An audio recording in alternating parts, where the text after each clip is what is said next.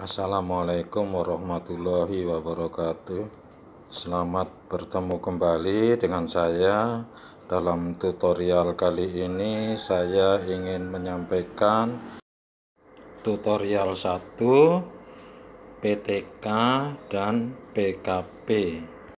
Tugas pertama yang harus dibuat oleh mahasiswa adalah membuat RPP prasiklus untuk 1 kali pertemuan. Kalau untuk PG PAUD itu 5 RPPH sesuai dengan RPP atau RPPH yang digunakan di sekolah masing-masing.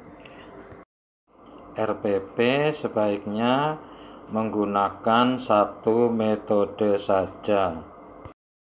RPP prasiklus itu ada yang menyebutkan dengan istilah RPP 0, kemudian ada RPP 1 dan RPP 2. Tapi kalau dimulai dengan RPP siklus 1, ada RPP siklus 2 dan RPP siklus 3.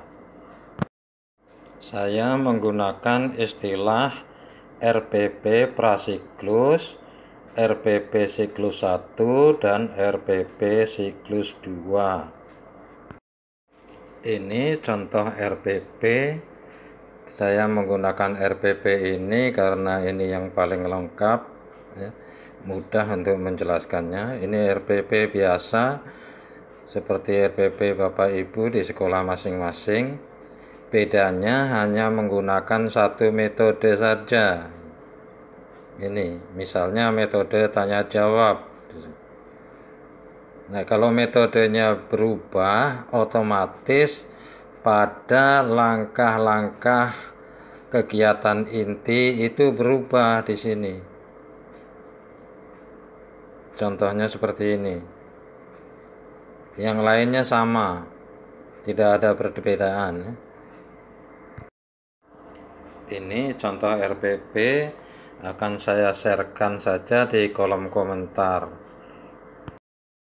Tugas yang kedua yang harus dibuat oleh mahasiswa adalah membuat jadwal perbaikan pembelajaran. Ini saya kira tidak ada kesulitan, hanya menulis nama, name, tempat mengajar, ya, mata pelajarannya apa, kemudian tanggal dan jam prasiklus, tanggal dan jam siklus 1 dan siklus 2.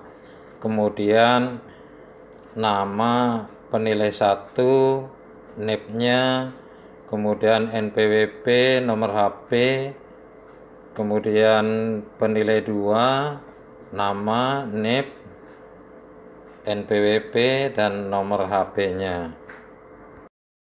Kemudian yang harus dibuat mahasiswa adalah tugas 3 di sini, membuat jurnal bimbingan supervisor 2. Supervisor 2 itu penilai 2 atau teman sejawat. Ini hanya mengisi hari, tanggal, kemudian kegiatannya, mendiskusikan RPP prasiklus misalnya, kemudian komentarnya ini misalnya metodenya harus diganti, kemudian tindak lanjutnya memperbaiki metode pembelajarannya, nah itu dan seterusnya.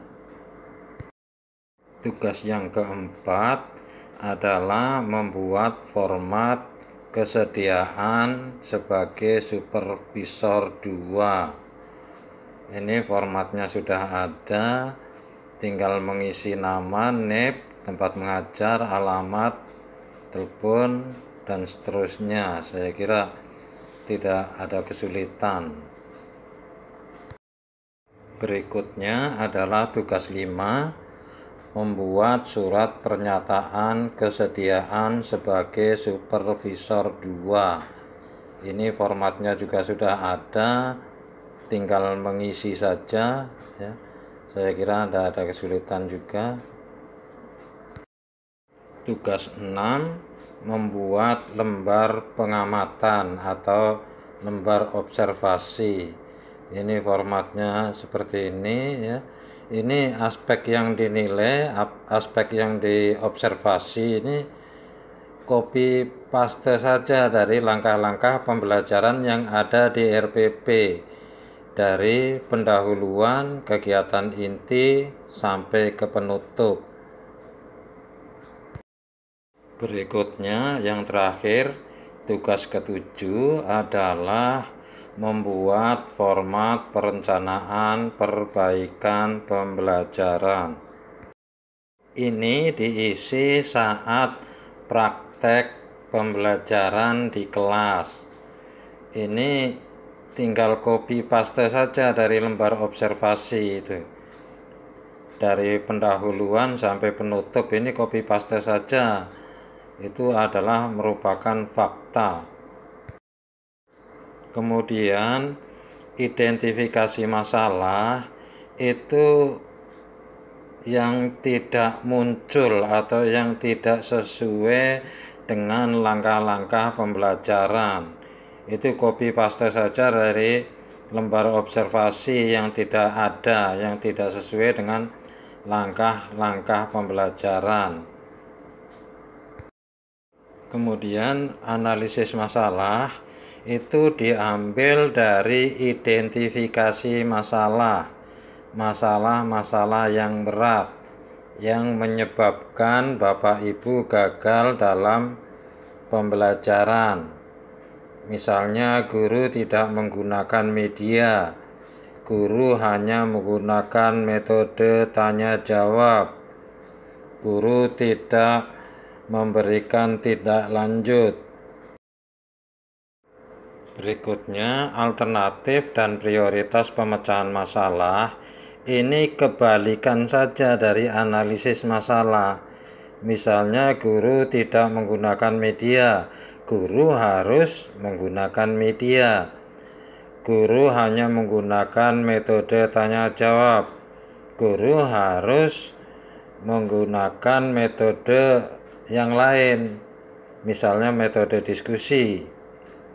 Kemudian guru tidak memberikan tindak lanjut, ya guru harus memberikan tindak lanjut. Dari 3 alternatif pemecahan masalah tersebut, kita ambil satu. Misalnya guru harus mengganti metode tanya jawab dengan metode diskusi. Rumusan masalahnya, apakah dengan menggunakan metode diskusi dapat meningkatkan hasil belajar siswa?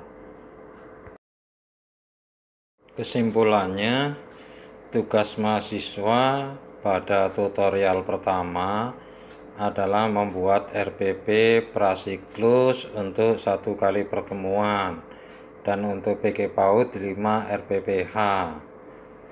Yang kedua, membuat jadwal praktek perbaikan pembelajaran.